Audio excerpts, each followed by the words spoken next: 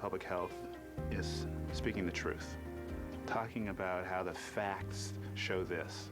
Health disparities are getting worse. What we haven't done well in public health is talk about power and talk about why this truth is the reality that we have to contend with. And until we talk about the underlying power that creates this truth, we're not dealing in social justice. Next, on Roots of Health.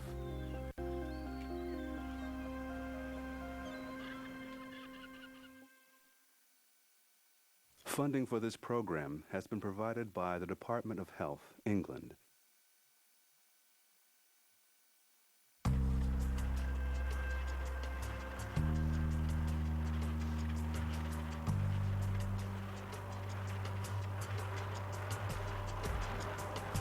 I live and work in the London Borough of Camden, one of the inner London boroughs, and there's remarkable variation in life expectancy.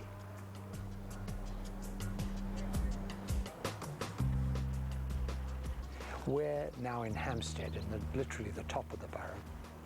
And you can see, looking at these houses, there's an aroma here, the aroma of money, because of course rich people live in rich areas.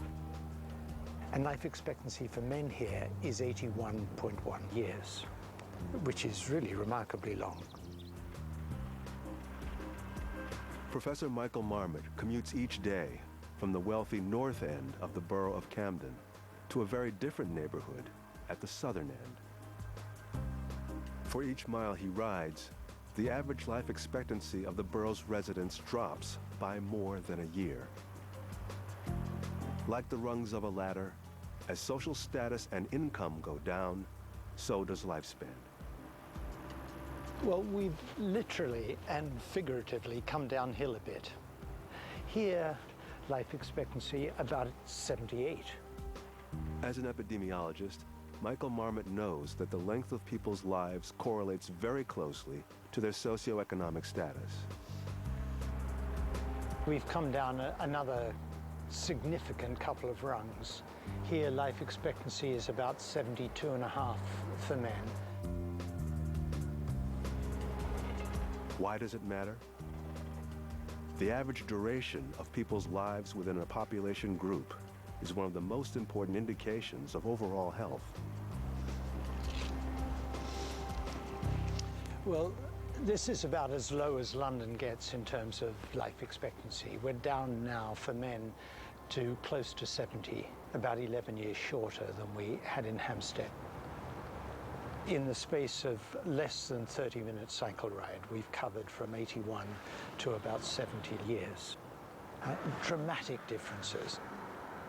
And we don't think it has to be that way. But what will it take to change things? Can government policies help people who don't have much money gain some control over their lives? Emily Morgan, a mother of 3 young daughters, lives in Aylesbury Estate, a public housing project where life expectancy is very much on the low end. On average, men here live to about 72. Emily's determined to break the chain of circumstances that keep so many people in places like Aylesbury stuck in poverty. She's going to college to train as a child care provider, and she feels good about her accomplishments. I feel proud of myself. I have to say that I do. A lot of people are proud of me. Last year I was going to college and I was doing my level 2 in childcare. I was doing Saturday courses, so I was doing a lot last year. So I did have a lot of things. So I've overcome it and I feel stronger for it. Living nearby is Emily's friend Angela White, juggling motherhood with full-time business classes. If you're happy and you know it, clap your hands. College is just as hard as work because you carry on the work with you. You know what I mean? It's not like you leave it there as work, you just leave it at work. So going to study first was like a trial for me to see how much I can handle, because I don't want to get into work at this moment because she's still very young. Of course, when you got less stress, you feel healthy and much better. And when you're achieving your goals, able to achieve your goals, it makes you feel much healthier. Both women are fighting stiff odds. Aylesbury is considered one of the bleakest large housing estates in Britain, a place that breeds helplessness and hopelessness. You get a sense in Aylesbury, like other estates, where people feel they're only there for the short term. Well, in fact, they're not. On Aylesbury now, you'll find a third generation people who are in homes where they haven't worked, they've lost their feeling of well-being. If Emily and Angela succeed in moving themselves and their kids higher up the socioeconomic ladder, their families won't just live better lives. According to Michael Marmot, chances are they'll live longer and healthier lives as well. All societies have hierarchies. And it turns out in society after society, where you are in the hierarchy is intimately related to your chance of health and illness. So people second from the top have more illness than those at the top. People third from the top have more illness than those second from the top, and so on, all the way down. But wait a minute. Isn't our health determined by our behavior? Whether we smoke, drink too much, or overeat? Well, yes, of course, it's very important. Smoking is an absolutely overwhelmingly important cause of illness. What we eat is a very important cause of illness. But if you're ground down, if you don't have control over your life, if you're just struggling to get through the day, and somebody says smoking's bad for you, you say, God, one more thing to worry about, and you really ought to be physically active. You try living my life and then tell me that I've got to be physically active.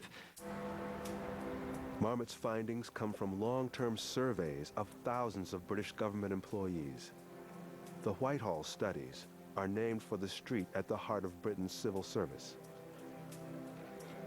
The findings provide medical experts with a new way of understanding why some people stay healthy while others fall ill.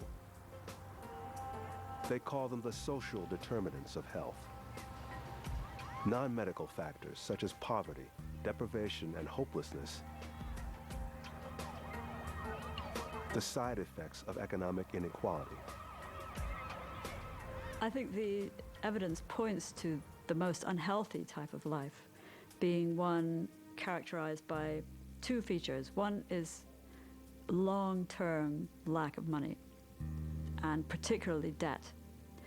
And the other is long-term lack of control over the rhythm of your daily life. And unfortunately, these two things very often go together. Unrewarding work, constant money worries, and little hope for a better future can lead people to find refuge in the small pleasures of life. And that's a toxic mix. It's actually quite difficult to break it down. Well, this much is stress, and this much is because they're smoking as well, and this much is because they don't take any exercise. But of course, all these things just cluster together, and these clusters go on for a long period of time. And that, in the long term, is what ends up with losing your health and mobility earlier, and indeed with dying an earlier death. The key factor in this pattern is stress. Of working day in and day out at a repetitive low-wage job where you have little control. Or of living in a neighborhood where crime is a constant source of fear. Researchers believe that living under these grinding pressures year after year can eventually make you sick. A stress hormone called cortisol is repeatedly released, putting the body into a permanent state of stress arousal. Like driving with one foot on the accelerator and the other on the brake. The parts begin to wear out prematurely. So in other words, it's suggesting low status might expose you to chronic stress. Chronic stress increases these physiological mechanisms, which in turn increase your risk of diabetes and heart disease and lead to premature death. Studies show a definite correlation between socioeconomic status and diseases like diabetes and heart disease. The rate of death from heart disease among men who work in manual labor is twice that of men who work in management and professional jobs. The impact of stress can start very early in life. What research studies call toxic stress, the kind of stress experienced by families living in poverty, can actually affect the way a child's brain develops. Maybe it's hard. Intervening early with stimulating activities helps reduce the impact of stress on young children. That's the theory behind the First Place Center, an early childhood program funded through the Department of Health. Come, let's carry the buggy with us. For Angela White and Emily Morgan, it's a chance to give their kids skills and educational opportunities that they hope will launch them into successful and healthy lives. When I came here and I walked in, I was like, wow, look how big it is, and it's bright, and the staff are really friendly. I'm going to make pancakes because I want to eat. Among their strategies, the staff at First Place help young kids build their vocabulary. A hippopotamus? Research shows that the size of a child's vocabulary is a good predictor of how easily that child will start to read. Why do you break my hippopotamus? And reading skills are closely linked to success in school. More research shows that if you are educated, chances are you'll live longer. Shake it, shake it, shake it, shake it, shake it, shake it, shake, shake, shake. Emily herself has found a new career here. And I usually cover the baby room, helping parents who do parenting skills, English as second language, things like that. The First Place Center looks for ways to bring parents from the Aylesbury community together. Sponsoring group walks to reclaim the local park, a well-known gang hunt. And parents are involved in the operation of the center.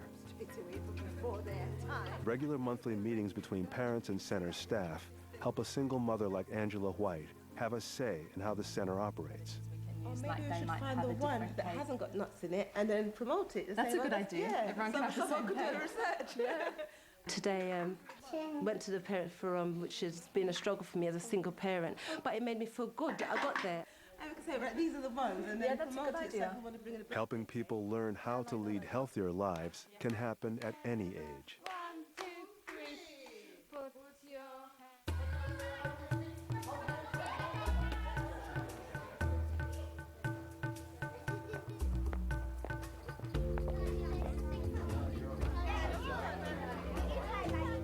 At this primary school in Hackney, London, Headmaster Kevin Ward wants to make the pupils feel good about themselves and their lives. We believe that we can only do that if we take a holistic approach and place health, which would include obviously emotional health, psychological health, as well as physical health, if we place that right at the base and give it that complete priority. Ward's aim is to give kids the tools to help them cope with the ups and downs of life by learning words that help them express their feelings, with art classes that encourage creativity and imagination, and school assemblies that help even the youngest students understand what may be happening in their families' lives. That word there was a word that I wanted to find this morning.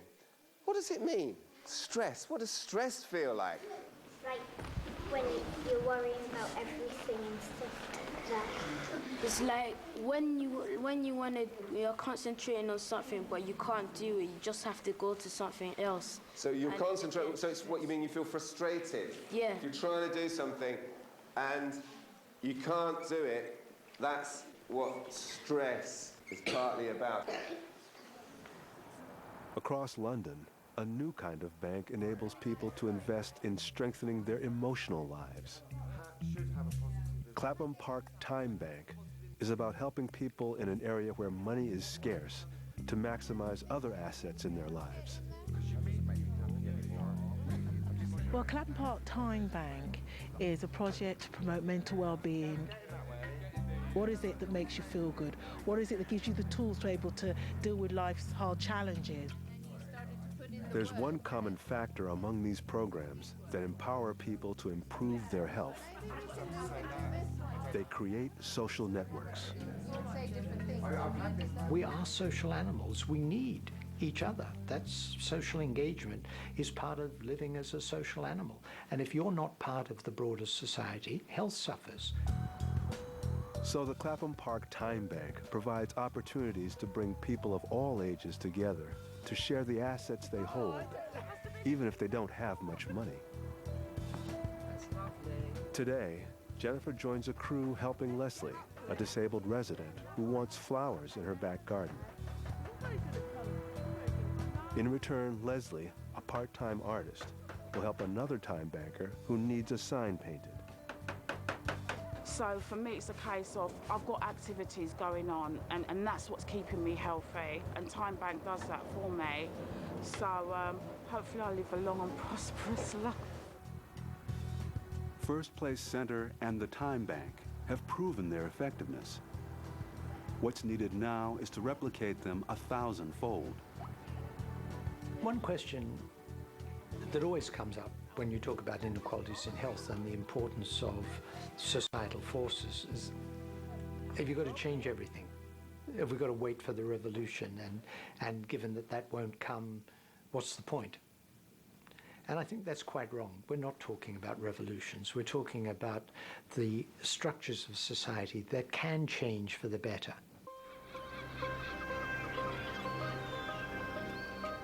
But can social structures really change? If there's any place the idea might seem a fantasy, it's at the city dump in Ahmedabad, India. The workers here are the so-called untouchables, relegated for centuries to the poorest, dirtiest jobs. Although the caste system has now been outlawed, traditions die hard.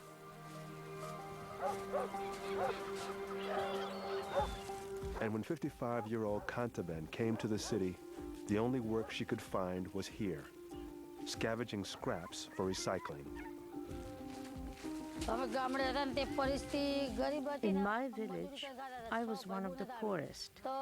Since my mother always worked, I took care of the house and my younger brothers and sister. I had no hope of getting an education. Kantaben's life reveals another kind of discrimination at work in India and many places around the world. Women get the worst work. They get the work that certainly men don't want to do. Then, of course, women have the proverbial double burden, taking care of all the children, the household chores, the unpaid care work like looking after older people, and yet their work isn't even recognized.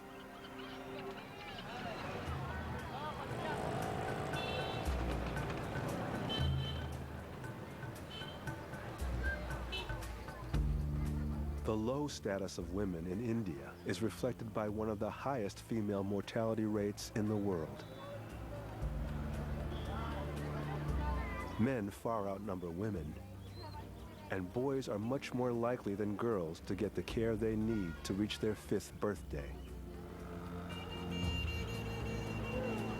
In a country where the economy is booming, most female workers remain poor and marginalized, earning less than $2 a day, dependent only on themselves.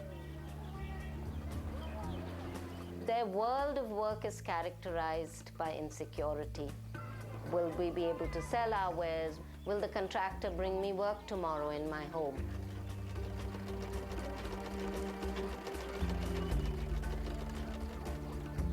Work is everything to them. As the women say, work is our lifeline. If we work, we survive.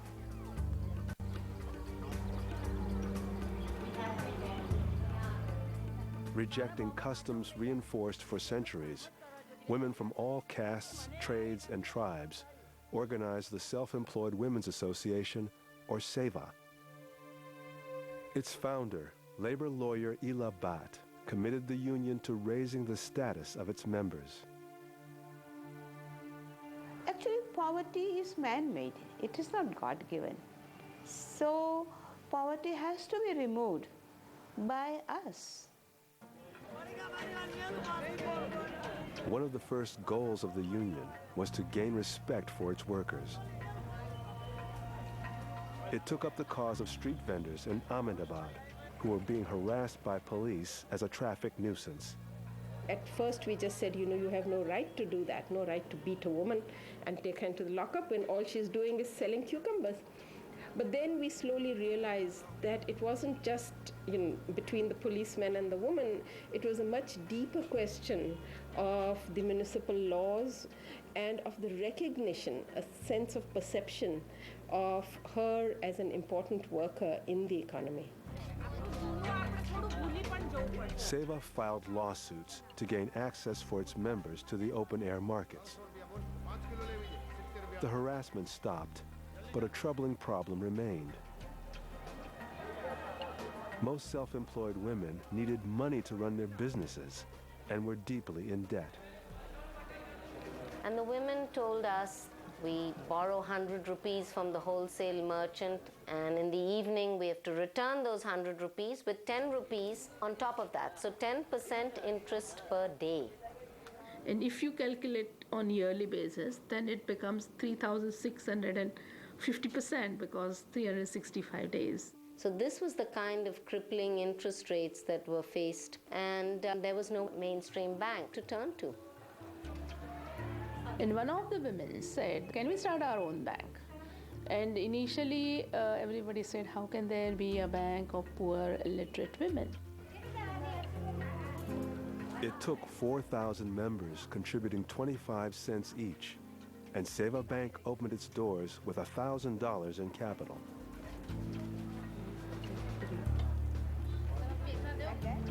At its entrance, a woman called a handholder signs papers for account holders who can't read or write.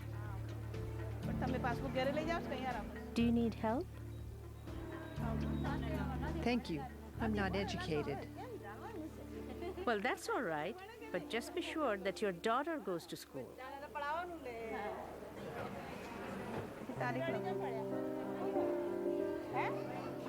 As Ila Bhatt moves through the bank, the hardships that many women face become apparent.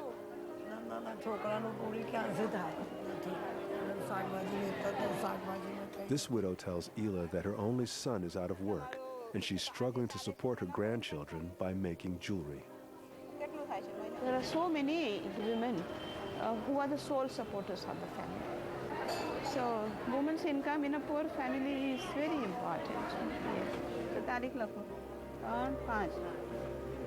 One of the first priorities of the bank was to encourage its members to save. But this wasn't easy. They are so busy right from the early morning, and they have no time to go and commute to a bank office.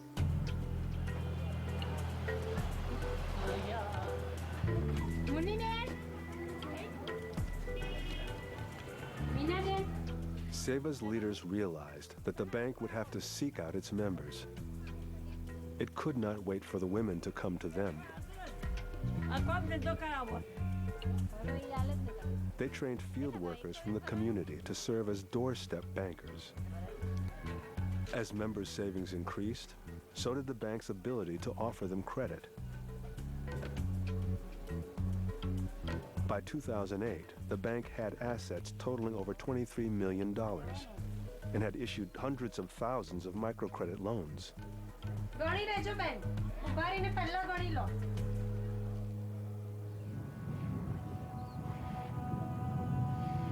The economic impact is slowly rippling across India to areas as remote as the salt fields of Gujarat.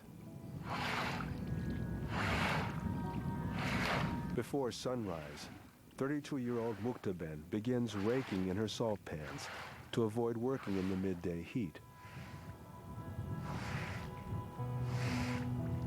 With measured strokes, she breaks the salt crystals, which form as the brine evaporates. For decades, she and her family have made salt this way, enduring the hardships of a nomadic life.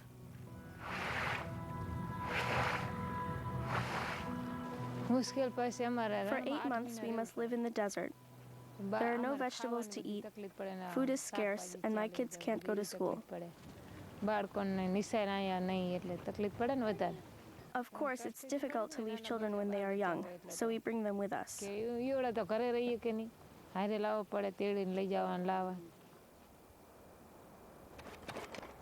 5 years ago, Muktaben's family had little hope of escaping the poverty of the salt pans. To pump brine from the underground pools, they had to rent a costly machine. Then there was the high price of diesel to keep it running. To cover their costs, the family had no other option but to borrow from salt merchants.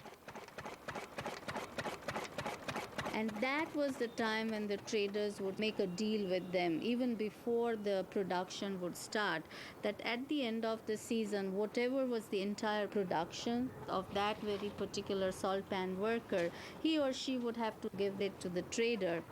So the trader was virtually getting all the salt free. At that time, the work was so hard it divided the family. The grandparents stayed in the village. The kids played alone in the fields, while the parents worked the salt pans.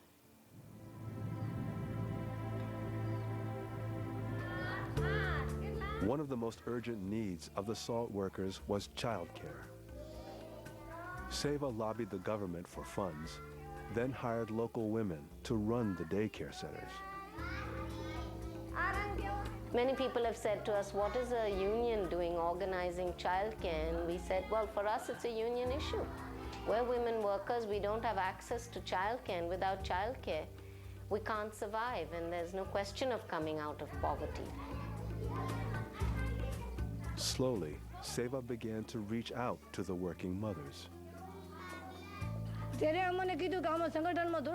When they invited us to a union meeting, we had a lot of difficulties.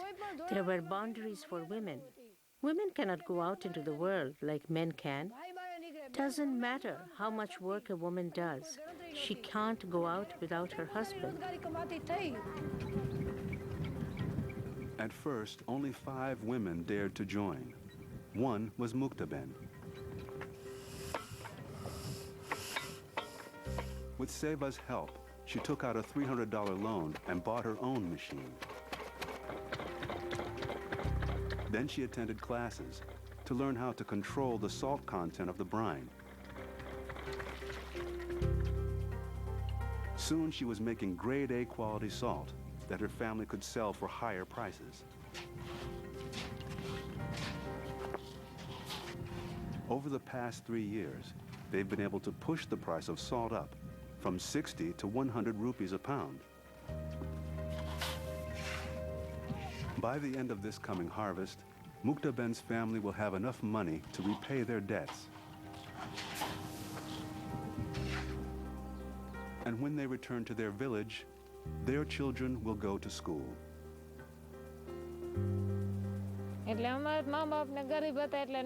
Since my parents were poor, they could not grant my wishes.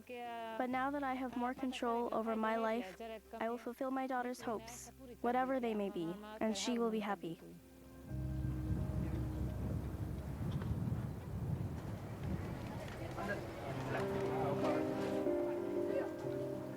Although access to a bank had helped members expand their businesses, a single calamity could quickly force them back into debt. To protect women and their earnings, Seva convinced a private company to provide basic health insurance. It was based on the concept of something is better than nothing, because the women's capacity to pay the premium was not more than, $20. Farjana's plight reveals the challenge of insuring the poor. Her son Moyan sits with his legs in traction after falling ill.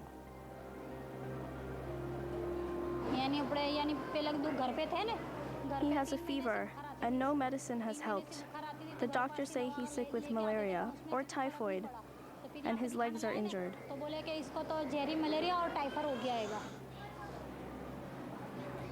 Seva's insurance will cover only part of Moyan's medical bills. As a single mother, Farjana has not been able to work during her son's illness.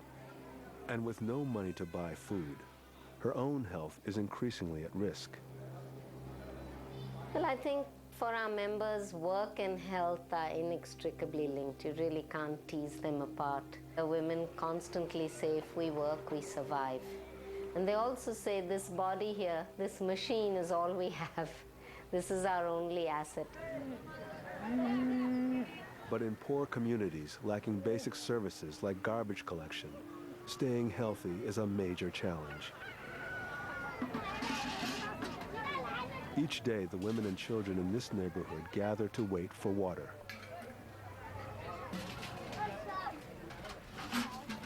Once the city turns it on, it will flow for less than an hour. It's a scene repeated all over Ahmedabad, where 41% of the population lives in slums. The health consequences of such difficult conditions are hard to ignore. And with one public faucet and 3 latrines shared by 150 people, illness and early mortality seem inevitable.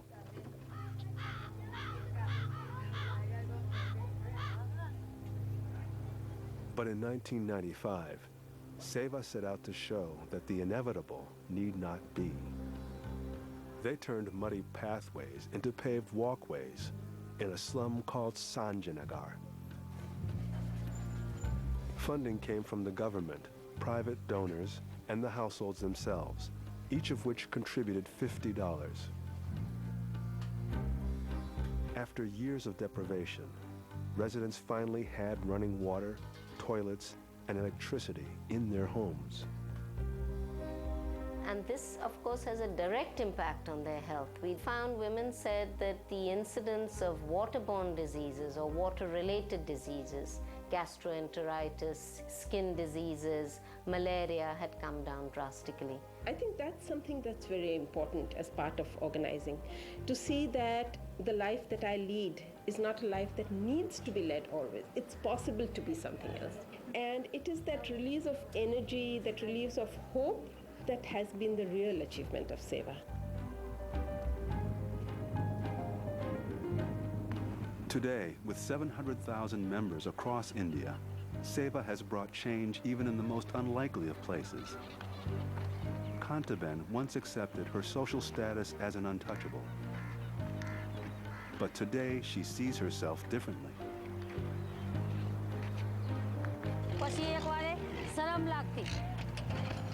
I was once ashamed of my work, but after coming together with other paper pickers, there is no more shame. This is a business. What matters is that we earn honest money, and our granddaughters will not have to pick papers. Why should they? We can now afford to send them to school.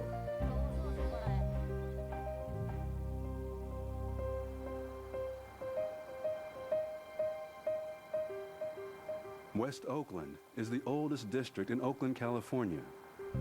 It sits sandwiched between the 4th largest port in the United States, 3 freeways, a commuter train, and 3 railroad lines. If you are an African American born and raised in West Oakland, you are likely to die 15 years earlier than a white lifelong resident of the city's wealthier Hills neighborhood. Where your address is an indicator of the quality of your life, because your address will let me know whether or not you have full-service grocery stores or whether or not you have junk food stores, whether or not you have thriving financial institutions, or whether you have crumbling communities that are disinvested. Your zip code will let me know the perception of the neighbors about where they live. If you feel good about yourself, all of those things have health consequences. Compared to a Hills resident, a lifelong West Oakland resident will be 5 times more likely to develop severe diabetes, twice as likely to die from heart disease, 3 times more likely to die from a stroke, and twice as likely to die of cancer. You may think health depends on doctors and hospitals, but studies show that access to quality health care accounts for only about 1/5 of health disparities between groups. Okay, so this is the latest version of the Health Equity Report. At the Alameda County Public Health Department, medical care is important.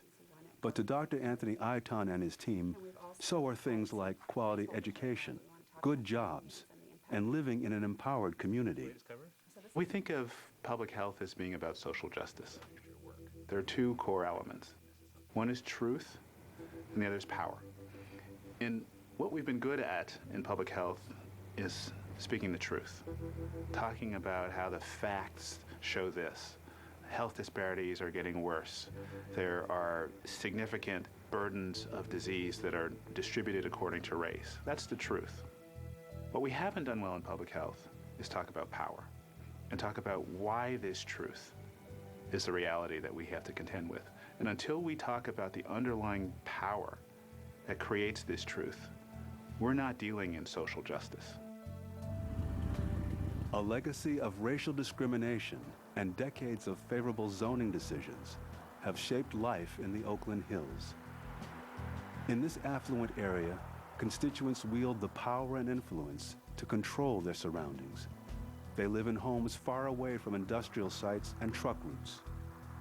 Their location brings important health benefits. It's a different history for the low-income flatland communities, particularly West Oakland, situated right next to the sprawling Port of Oakland. Thousands of ships move through the port each year, most burning noxious fuel oil. About 10,000 diesel trucks travel daily to and from the port, passing around and through residential communities. West Oakland's 22,000 residents breathe air that contains 3 times more diesel particles than the rest of the San Francisco Bay Area. Diesel emissions are made up of various chemicals that are toxic to the lining of the lungs and the respiratory tract. As you breathe that in, it causes inflammation, irritation of the respiratory tract, and that can cause, over time, scarring and changes in those tissues that make it harder to breathe.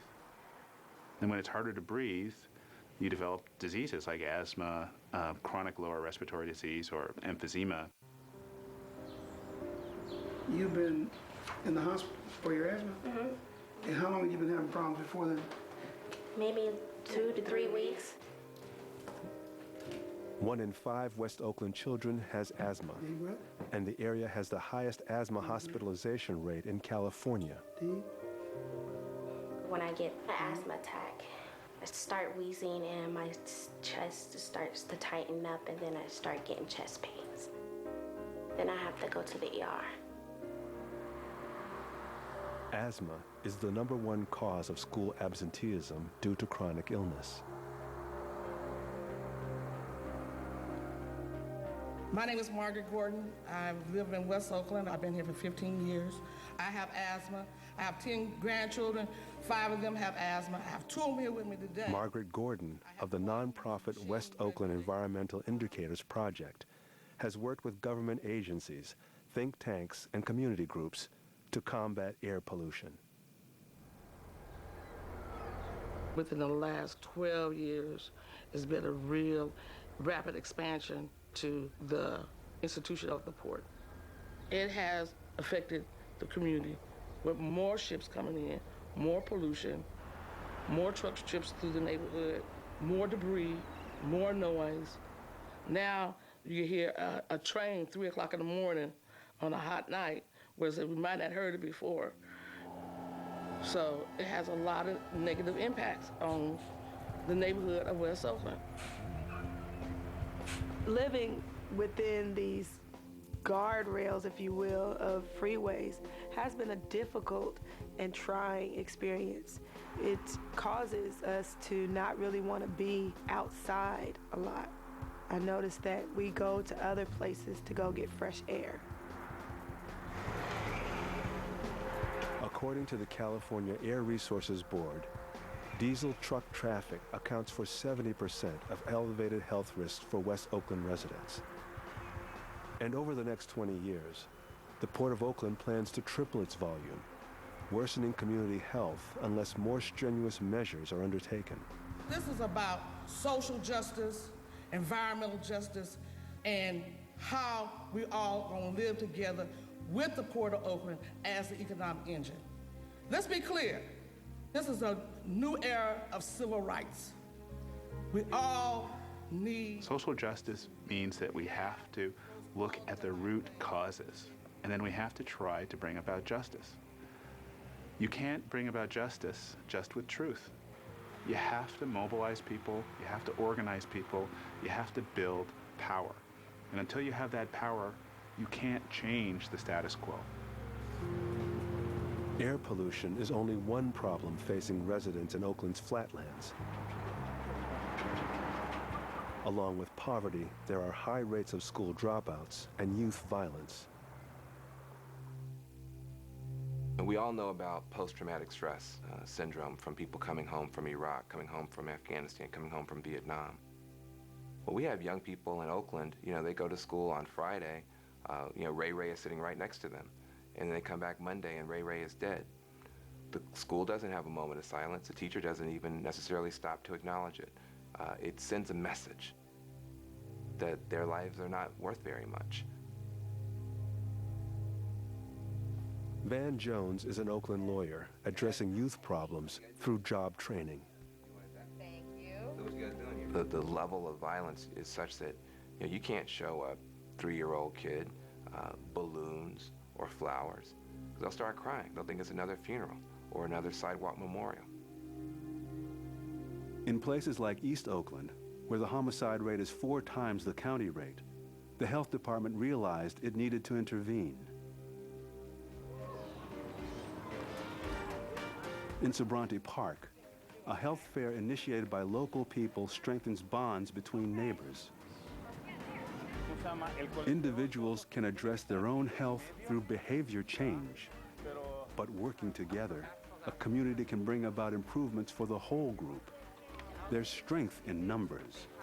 We call it community capacity building. I call it organizing. It's just the old organizing with a new term. We did a survey to hear from the community the things that they thought were important to them and not make assumptions.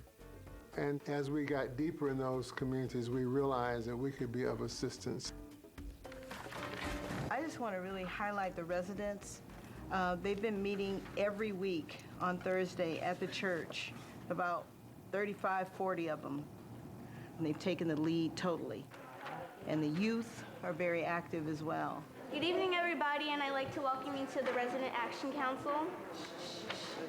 My name is Janae Mayers, and I will be facilitating. It was more of my mother's decision to make me go for the first meeting because I didn't want to go and I didn't want to get involved because I had better things to do. But once I went to the meeting and seen how much we need help in our community with the drug usage and the violence and how we need healthy food in our school system and our community, I really took an interest in it for an interview, and from then on, you can get approved. The health department and city helped the neighborhood form a Resident Action Council, or RAC, to address local issues.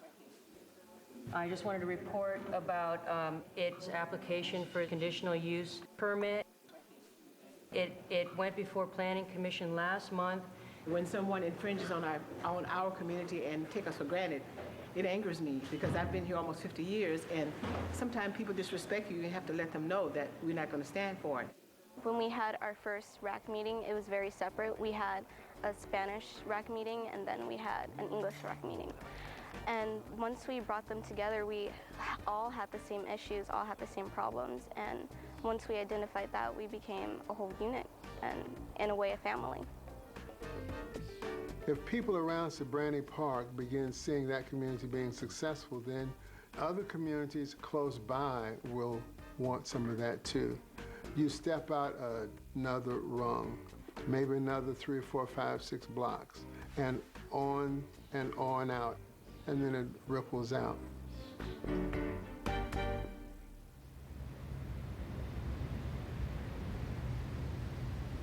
The port is generating billions of dollars. So the idea that it is at the same time affecting our health really puts us at odds with the Port of Oakland. But I look at the port as a resource and see it as part of the plan to help the community to rise above a lot of these challenges.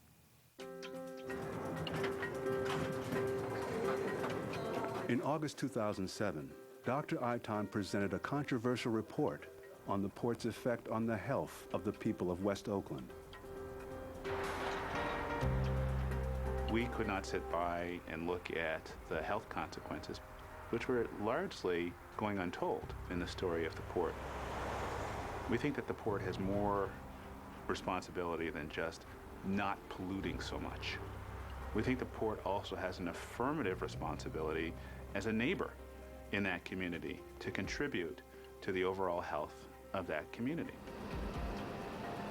As they feel community pressure to improve air quality, ports along California's coast are beginning to address the problem.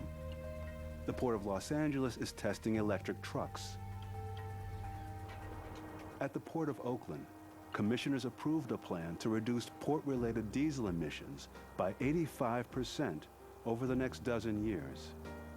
Between the forklifts, the cranes, the tractors that you see out on the docks, we've replaced more than 300 diesel engines. When a ship pulls up to our docks, unlike a car, the ship can't turn off its engine while it's parked. So what we've been looking for is ways to plug that ship into a clean electrical source so it can shut down its diesel engines when it's at the dock. As we develop our priorities for improving the air, we're working with our stakeholders. We have a very active stakeholder group that advises us on what the priorities need to be. In the fall of 2007, Margaret Gordon got a seat at the power table when she became the first West Oakland resident to be named a commissioner for the Port of Oakland. She was later designated as its first port environmental liaison. Having a warrior for social justice like Margaret Gordon on the Port Commission, pushing that port to look at the truth and to share power, is ultimately the best public health strategy we could have for West Oakland. Most times, we don't see community members who are making decisions or pushing the buttons. And having Margaret there, it's a way to say, wow, we've come a long way in this fight. I would like to have a public health officer at the Port of Oakland. And I would really like to see more procurement of doing business be local contracts. We need the ability to have better education, better jobs. One idea gaining ground in the region is a new kind of employment training based on a research model by Raquel Rivera Pinderhughes. Work is a fundamental necessity for well-being. It's a fundamental part of identity. We see people trying to fill their time in all sorts of ways when they have limited access to work or don't have work. Much of it is destructive and problematic.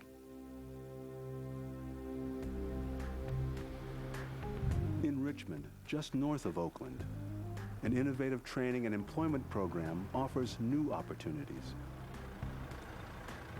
I was unemployed, and also I had just had a newborn son, and I had been looking for work for several months on my own, and it seems like I didn't really have an edge to rejoin the workforce. It was very difficult, and you get to a point where you start losing hope for things.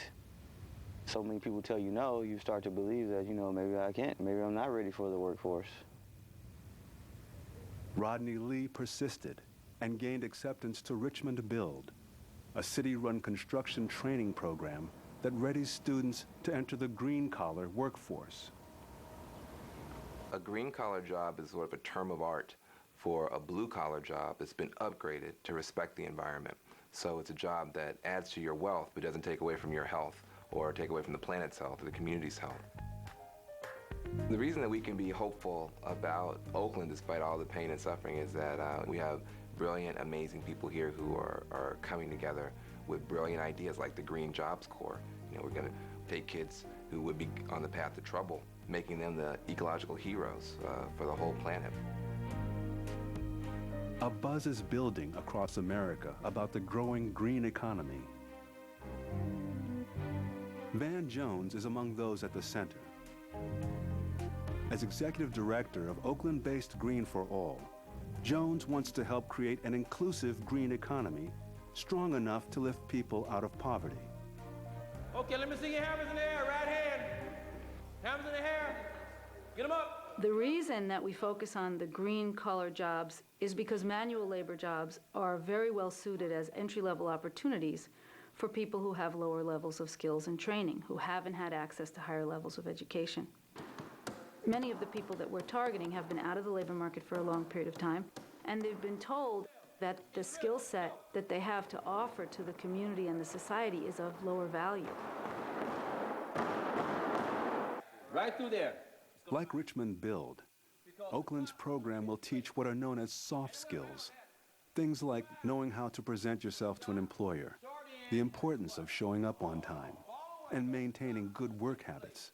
We cannot wear our pants up under our shoes. You gotta have the pant leg at least up to and not below the top of the rim of the shoe. We gotta have that. Yesterday somebody was walking and they tripped. I didn't say nothing. I was hoping to hit the ground so I can make an example out of him. You have to look like you're in construction. You can't look like you just fell off a wagon. Basic skills and hard skills specific to certain industries, like retrofitting green buildings, are also part of the training. I believe that really changed my whole persona, not just in my skills, also I would say a moral change. I became more environmentally conscious. You clean up your environment and, you know, get people feeling good about where they live, well, then they will go forward and try to prosper their area and maintain it. My hope is that lower income communities won't be left out of the conversation. So the key is how to make sure that they're going to be at the table, how to provide the kind of training that they need in order to compete for these jobs, and then how to make sure that they can stay on those jobs. Often we talk about the green gap. Our view is that the green economy shouldn't just be a place for affluent people to spend money. It should also be a place for ordinary people to earn money and save money. That's our mission at Green for All, is to build a green economy that's strong enough to lift people out of poverty, that help to lower some of these barriers to healthy food through farmers markets and stuff like that, to retrofit and solarization services through clever financing, city partnerships, so that the people who most need those green jobs and that green investment can get it. What we're trying to do is put into place, from the federal level all the way to the local level, a set of partnerships and a set of programs that are going to change the way in which people think about the opportunity to improve environmental quality. All allowed me to get down like that. And we have to convince them that doing this work is an opportunity to transform people's lives. We see it as a public health department as one of the most important things that we can support, because this is going to lead to better health. It's going to give people hope for their future. It's going to help the environment. It's going to be profitable. And ultimately, that's what gives people a sense of control over their future. A better start for children and a time bank of community caring in London. Access to capital, savings, and child care for women workers in India. And in Oakland, a new chance to breathe clean air and make a decent living. With new measures like these, societies can nourish the roots of health.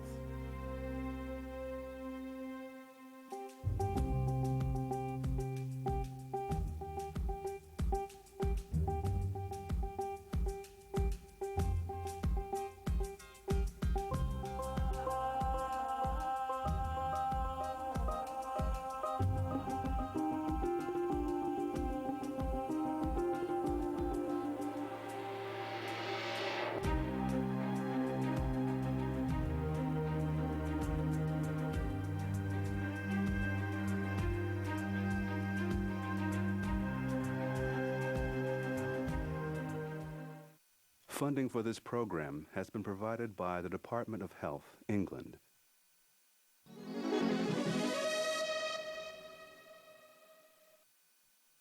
A dreaded disease. The paralytic effects would last for life. A national cause. Can I put a dime in your envelope? An immense gamble.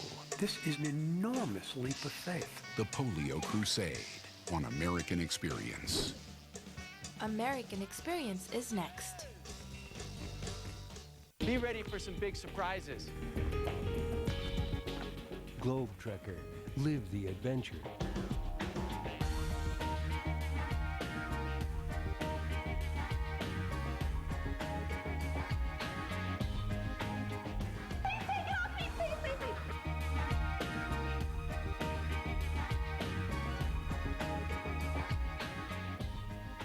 Wednesday at 8.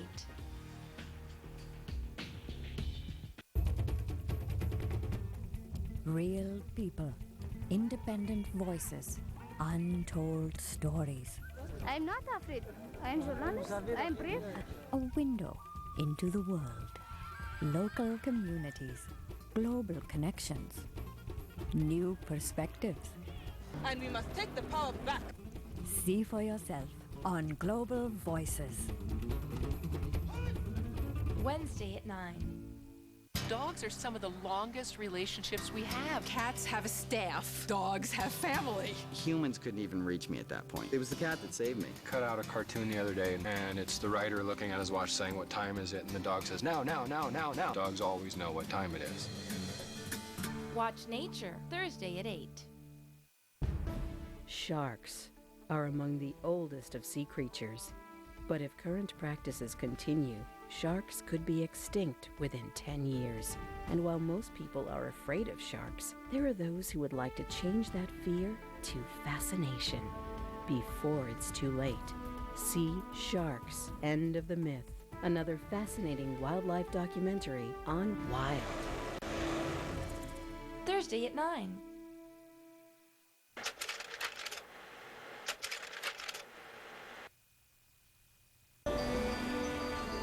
We are a nation of explorers. We seek new ways of living, of thinking, and of expressing ourselves. We take risks. We learn from experience, and we keep moving forward. That's why we encourage and celebrate the explorer in all of us. Across the globe, the final battle is being waged in the long war against polio. The only kinds of efforts that have been so international have probably been in conflict where we were fighting each other.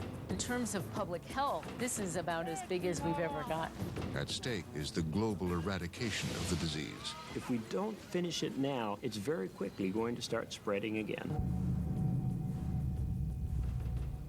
Tonight at 10. There's a big new player in charitable giving, the cell phone. In just 6 days, over $21 million was raised for the American Red Cross from text messages alone. Small donations from the millions. This turns fundraising on its head.